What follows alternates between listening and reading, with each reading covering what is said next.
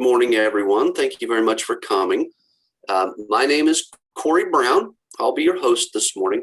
I am the Executive Vice President of a manufacturing organization in North Kansas City called NEBA Company. We manufacture paint and coatings. I am also a member of the Northland Education and Business Alliance, or NEBA. NEBA, several of you might know, is a network of education and business organizations in Clay and Platte Counties. And their vision is to promote and provide business-driven educational opportunities for you, who we believe is the next generation of business leaders. So welcome. I will be your host for this session this morning, but we do have two other NEBA members working for you in the background this morning. We have Stacy Holtzclaw with the Kearney School District, and Stacy is going to be our moderator this morning. So thank you, Stacy. And we also have Amy Washam with Northwest Missouri State University, whose office is in Kansas City. And Amy is responsible for our tech this morning. But also far more than that, Amy organized the majority of this event. So thank you, both of those ladies, and appreciate everything you're doing for NEBA and for the students. Just a quick, some rules and kind of housekeeping for the session. This is going to be a 40-minute session. We do have to stop promptly at 8:40. Our industry expert will begin by sharing his professional history and insight. But we really prefer this be a conversation. So at the bottom of your screen, I'm sure everyone's familiar with Zoom by now, you'll see the Q&A feature. So whether you're logged in as an individual or teachers, if you're hosting a group, please, we want you to put your questions, comments, anything that you would like to say to us. Please communicate with that Q&A feature. We want to hear from you and we want to respond to your questions. So please do that. When the session ends, you're going to be asked to take a very short survey. We really value your feedback on this event. We'll use that feedback to get better at hosting events like this in the future. So your feedback is welcome and appreciated. Last but not least, this session is being recorded and it will be available soon on NEBA's YouTube channel. So those are the housekeeping rules, and without further ado, let's get started. I would like to introduce you to Mr. Jeff Raltz. Jeff is the Senior Director of Project Management at KPI Solutions. Jeff, thank you for being with us this morning, and I'll let you start by just sharing a little bit with everyone about yourself. Thank you, Corey. I appreciate this opportunity. I'm excited to talk to the attendees. My name is Jeff Raltz. I've worked in supply chain management now going on 25 years. I look at my career as a third in transportation with a focus on logistics, a third in distribution and operations. I actually ran a footwear distribution center for 4 years, and then a third in project management, either managing distribution center startups, material handling equipment, implementations, etc. I would say many years ago when I was in college, I was fortunate that I didn't know what I wanted to do.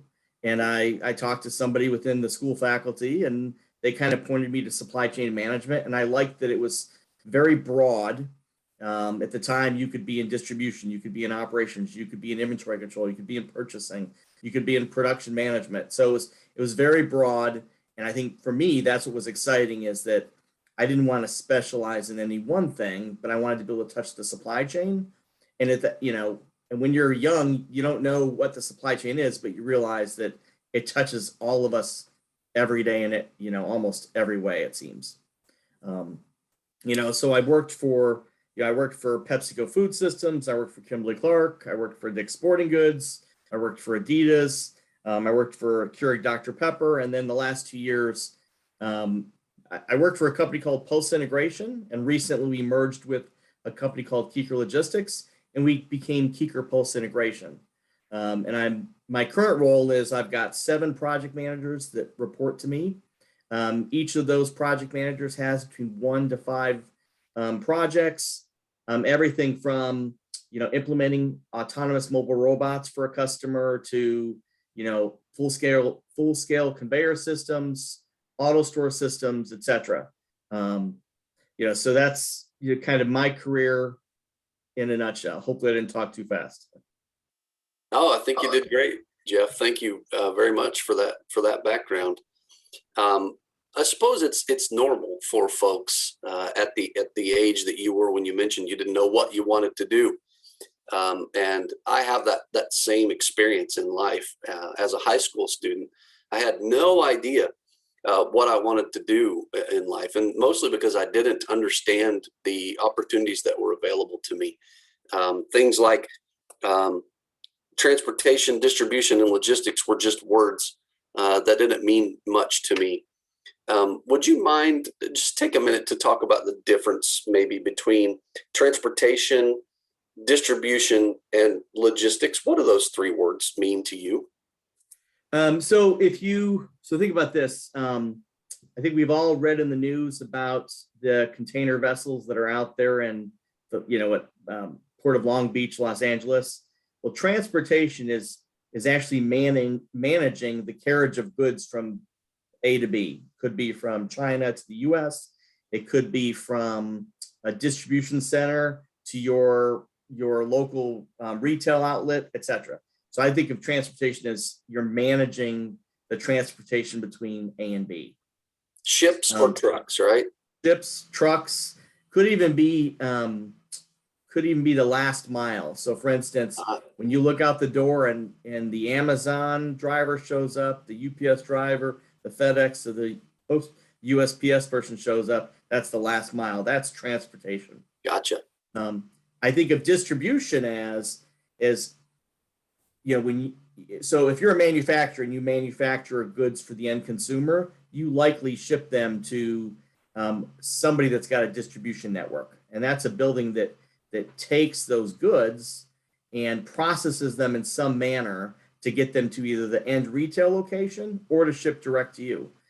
For instance, whenever you go online and you order from Amazon, you're getting it from a distribution center, and that's where all the goods are collected across multiple suppliers, manufacturers, vendors, for them to combine it to ship it to you. And then logistics, I look at it as much higher level. It's kind of managing both, meaning it's deciding what carriers you're going to use, understanding how your network, how you're going to manage your network from end to end, who your suppliers are, who your partners are. So I look at logistics as the broader coordination of the transportation activities and the distribution activities. That's fantastic. Thank you very much for that explanation. Just a reminder, folks, if you've got any questions for Jeff or honestly any questions at all, we're all professionals here and we'll try to answer any question you have. Please just open the Q&A bubble and put those in. Teachers, if you could encourage the students, if you're in a group setting, to please ask questions. We would love to hear from you and answer any direct questions you've got. Jeff, if I could just ask you to expand a little bit on the distribution portion of what you meant. Is it fair to say that people who are managers in distribution are really managing inventory? I would say yes, but I would also supplement it that, if you're working in distribution, you're also managing people. Yes. So yes. If I'll go back to my, I was fortunate that along my career journey, I managed a footwear distribution center. It was a 1.1 million square foot distribution center in South Carolina. We ran 24 hours a day, 7 days a week. We had, I had a manager, that manager had a supervisor, that supervisor had anywhere from 8 to 30 people reporting to him. So even though you're managing inventory and you're focused on, the accuracy of what you receive in, how you store it, how much you store of it, the inventory turns, at the end of the day, it's all about managing people and, being focused on the safety and the development of the people, whether it's that person that's actually picking shoes from a case into an end tote, an end bin, or whatever is going to shipped to the retail store or the customer. At the end of the day, it's managing people. Very well. We do have a question from the audience and that ties into this, so I'd like to jump in with this. And thank you for adding this question, audience members. Jeff, what kind of training or education is required for careers in this area? For example, what do you have a degree in? Do you have a minor? Is a degree required? And then also, what's the salary range? Okay, first thing I'd say is, for me, I have an undergraduate degree in supply chain management, and I have a master's in business administration with a major in marketing and a minor in finance. My supply chain degree, I think, gave me the academic insight into what we're doing, but not the practical insight. The practical insight comes from doing the job. The MBA allowed me to think as a business leader and kind of see the bigger picture. And so I think that they supplement each other. I've learned that there's no one size fits all. So I'll never tell anybody that to be successful in supply chain management, you have to look or be a certain way. I think that degrees help, whether you pursue supply chain management, you could go the engineering route, become an industrial engineer. We have lots of mechanical engineers, electrical engineers. You can get here through any degree process. The other thing I'd say is often you get there by, right out of school. If you worked as a, let's say you're working in a manufacturing site and you were on the floor, and then you did really good work and you got promoted and you got promoted and you got promoted. You may end up running a manufacturing site without a degree, but it's because of your level of effort, how much you focused on learning on the job, how much you focused on supplementing what you learned on the job. So I think you can get there anyway, but I think the degree helps give you some business savvy that you might not have otherwise. As far as salary ranges go, I mean, you could start out in your career making $30,000 a year, $40,000 a year, $50,000 a year. It really depends on the type of career you go. And if you look in the press, you'll see people in supply chain areas making hundreds of thousands of dollars when they get to executive levels. So, kind of like very bright future, lots of opportunity.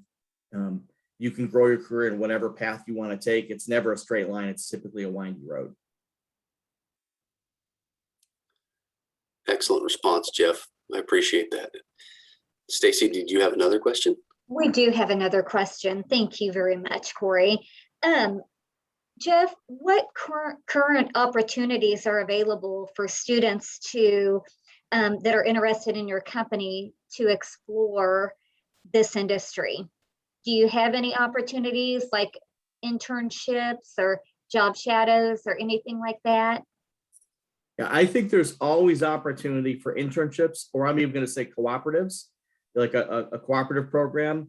If for instance, you're an engineer, you're going to school to be an industrial engineer, mechanical, electrical, you might pursue a co-op where you're working part-time, going to school part-time, et cetera, or an internship where you're taking a block of time off and actually working for a company. I think for us, there's opportunities in engineering, there's opportunities in project management. Keeker Pulse Integration, we're a material handling integrator. Our job is, when a customer has a challenge, we try to present a solution through some automation to solve for that. And so the people that work for us are either designing the solution, implementing the solution. We have site supervisors that manage the installation of that solution. So I always think there's opportunities for interns and co-ops in engineering or supply chain management or project management to come in and work. Jeff, if I could just piggyback a follow-up question on that. And again, I'll just encourage folks, please keep putting your questions into that Q&A feature. These are fantastic questions that you're asking.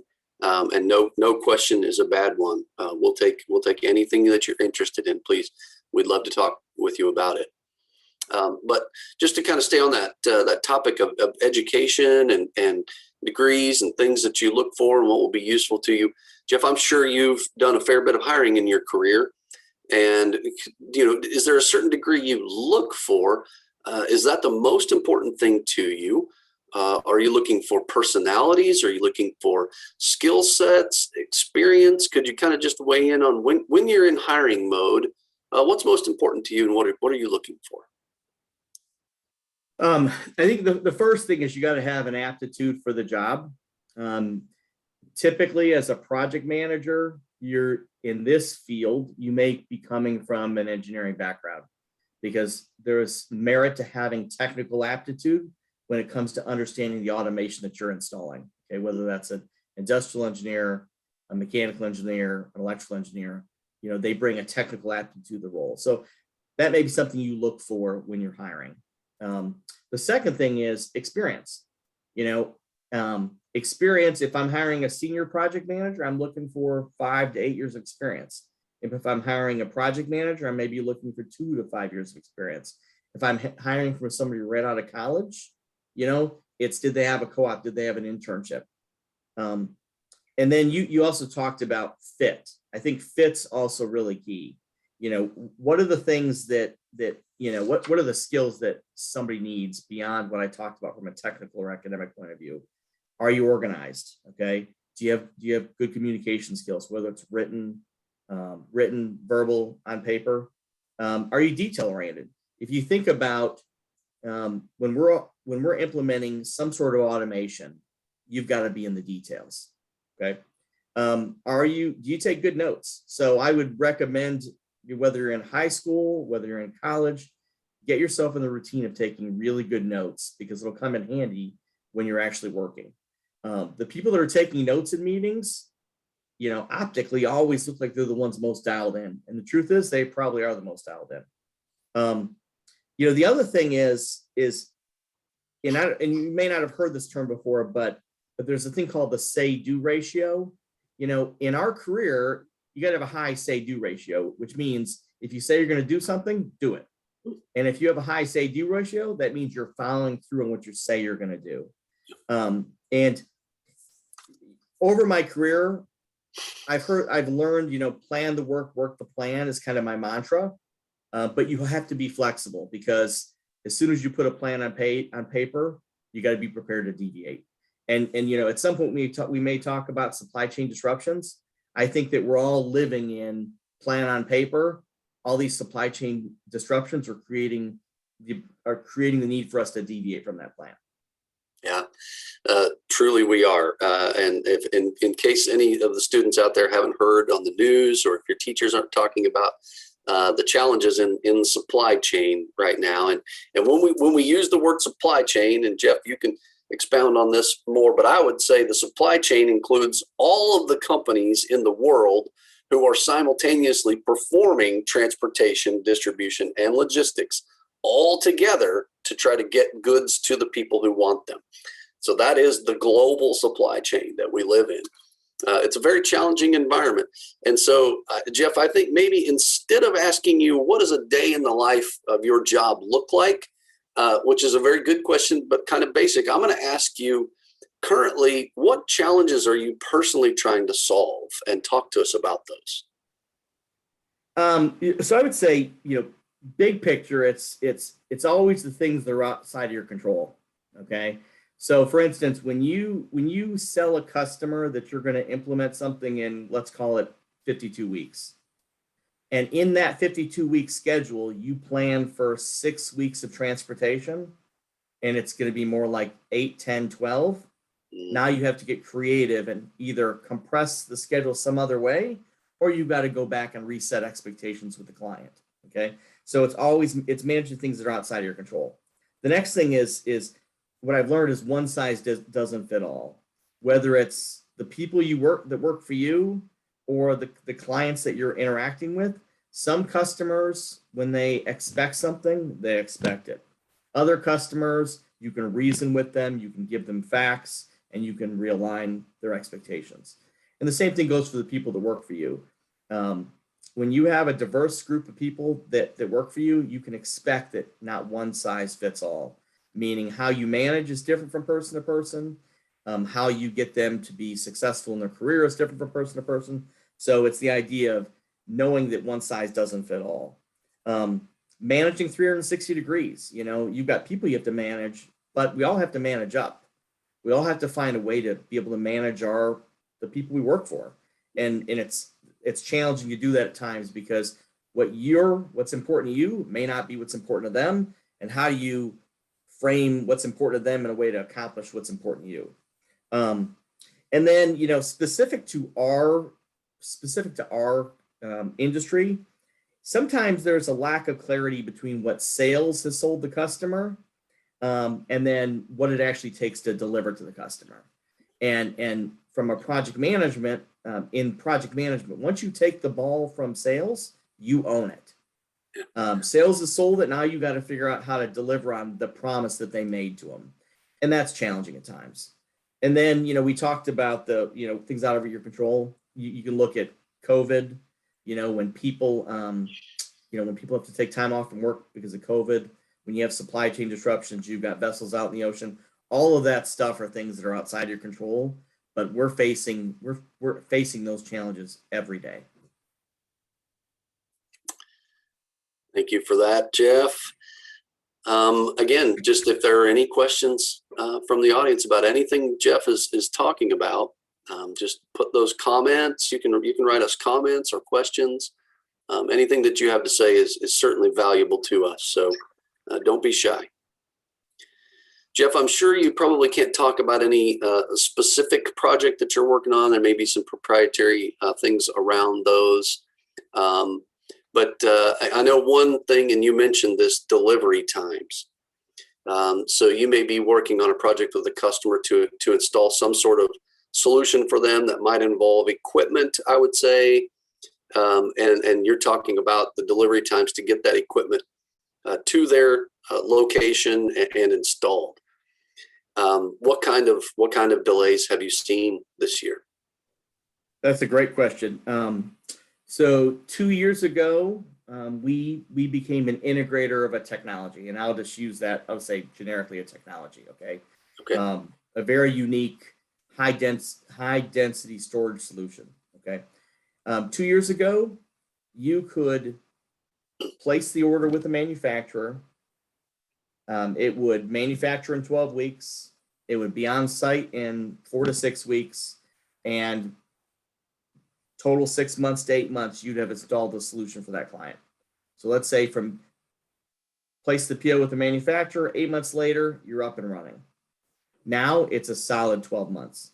And that 4 extra months that occurs because manufacturing lead times have went from 12 weeks to 16 weeks to 30 weeks. And logistics has gone from 4 weeks to 6 weeks to 8 weeks to 10 weeks. And so you can tell supply chain disruptions have an impact on everything even further back, meaning if your manufacturer can't get their materials, it starts at where their raw materials are coming from all the way through to you.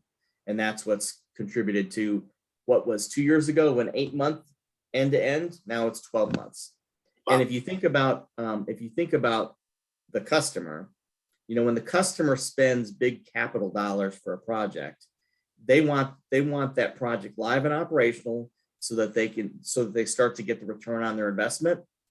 Adding 4 months is a big deal, knowing that that's 4 more months it takes before they're going to actually start to achieve the return on their investment. Yeah, in terms of percentages, that's 50% longer. I mean, that's pretty significant. That's big. Yep. Stacy, I think I saw a couple of questions.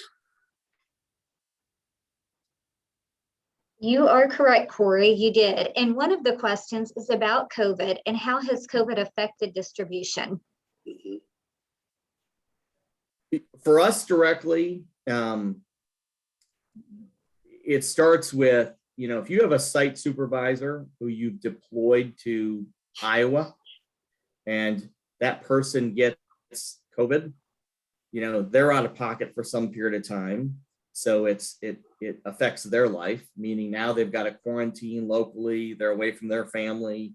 They're away from the job site. You've got to replace them, which isn't always easy because you may not have somebody, readily available.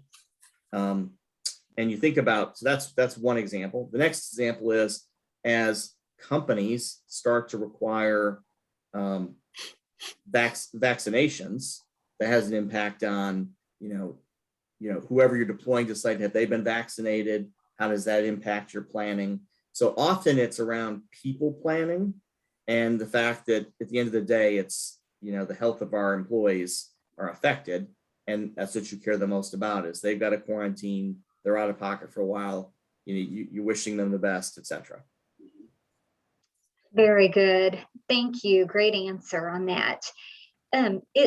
We have a couple more questions here. And one is there an area for current middle school students to pursue knowing they'll be looking for employment in 6 or so years? And I think what they're asking is about maybe expansion in the field or the job growth in the field.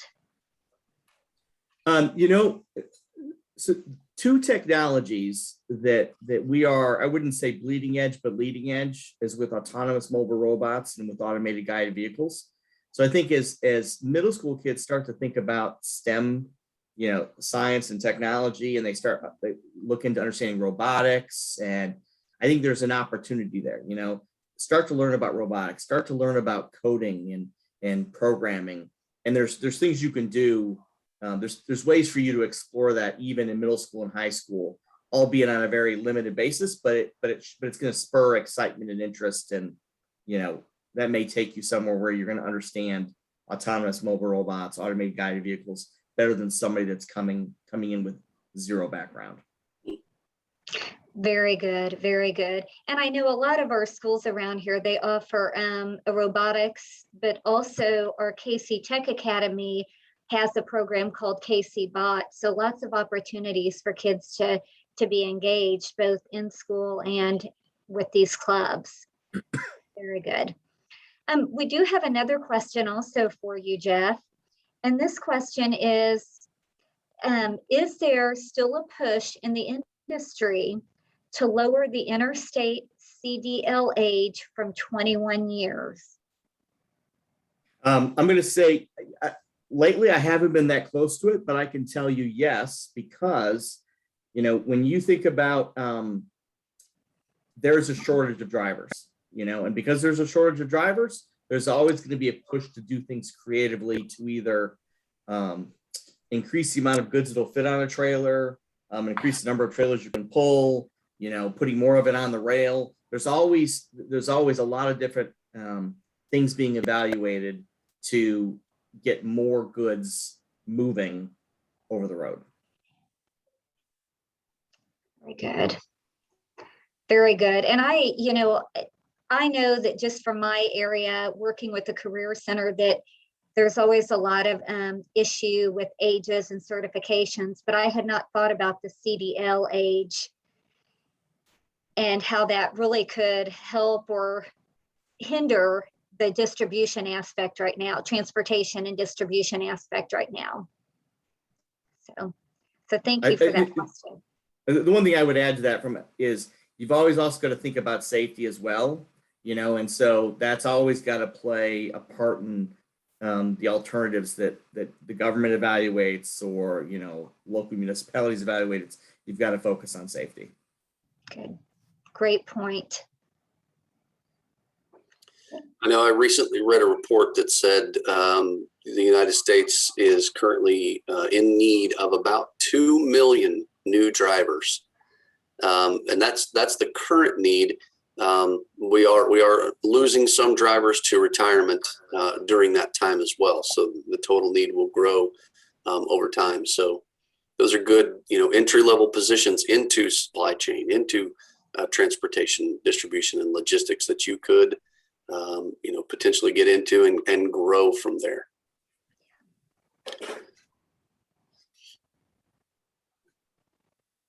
Okay, those are awesome questions. Thank you all very, very much for putting those in.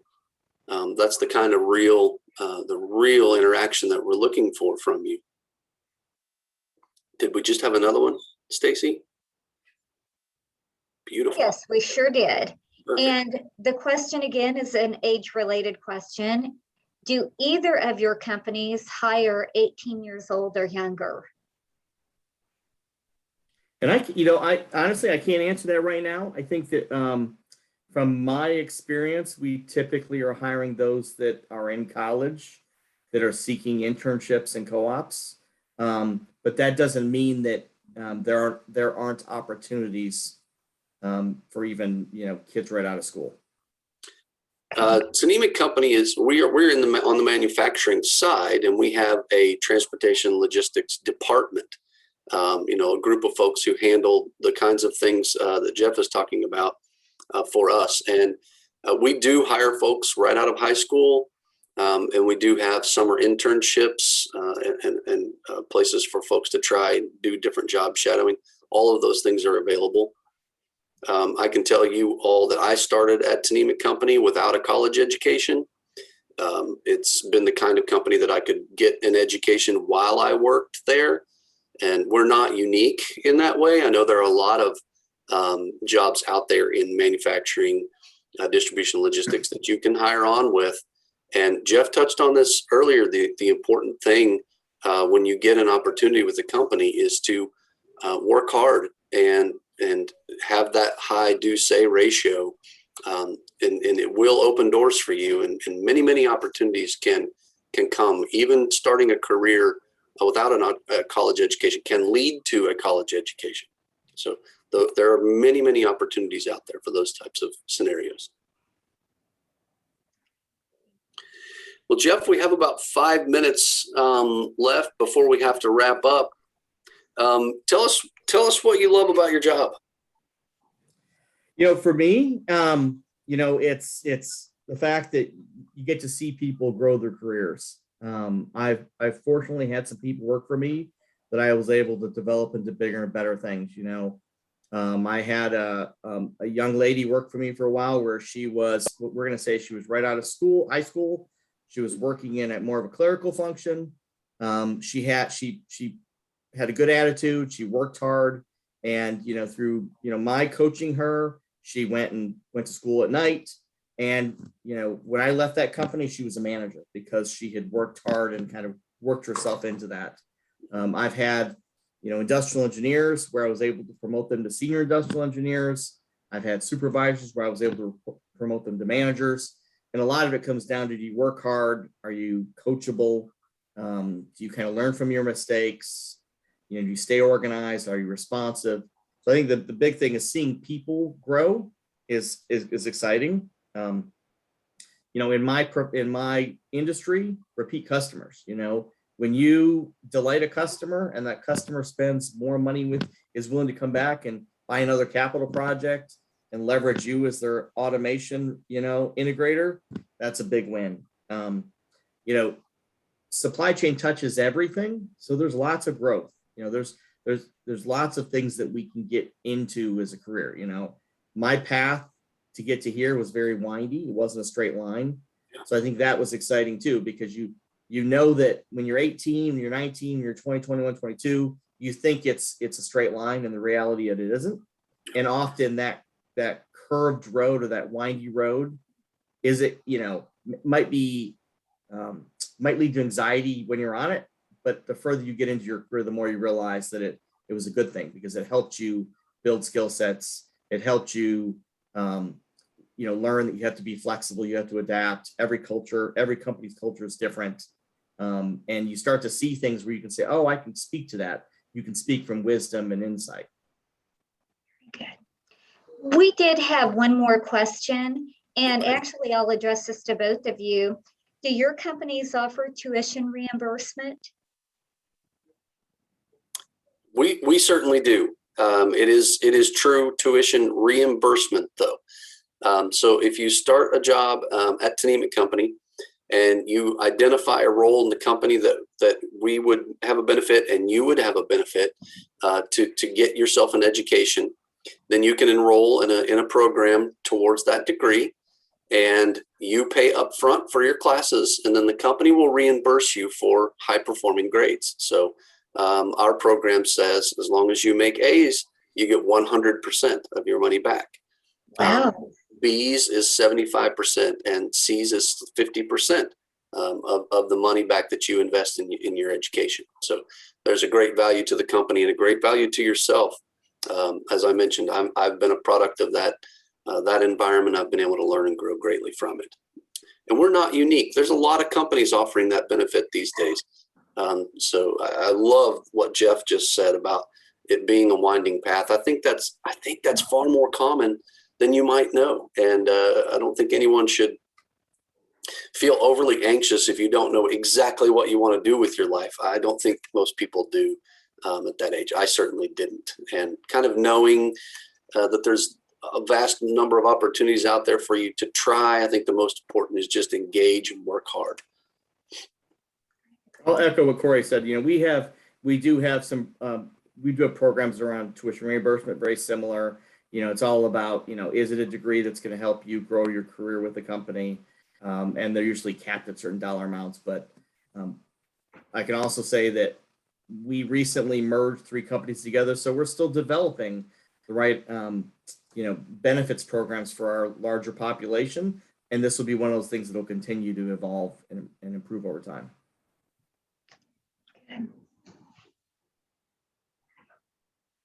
Any other questions, Stacy? I think that's all of the questions that have been put out there. I will say, I want to add that I really like where you talked about the qualities about being coachable and about learning from your mistakes, because I think that applies to any job that you have if you want to be successful. So I really appreciate that. We do have one that, let's see what we have here. Oh, that's a thank you from Northland Career Center. Okay. Well, yes. Thank you, Jeff. Thank you very much for sharing all of your insights. Stacy, thank you for your insights as well and the great questions. Thank you to the audience for attending. I believe that's all we have time for today. So I'm going to say, hope people in the audience enjoyed hearing about Jeff and his experience and all the opportunities that are available in supply chain and transportation, logistics, distribution. There's going to be a brief survey to complete at the end of this. It should pop up on your screen when you end the session. Really, this helps ensure that we're bringing you helpful and relevant content. We are encouraging you to take that survey. To find more information on education programs or career opportunities related to our industry discussed, please be sure to visit www.nebaworkskc.org, www.nebaworkskc.org. Be sure to register for more career speaker series events on that website, and we hope you all have a great day.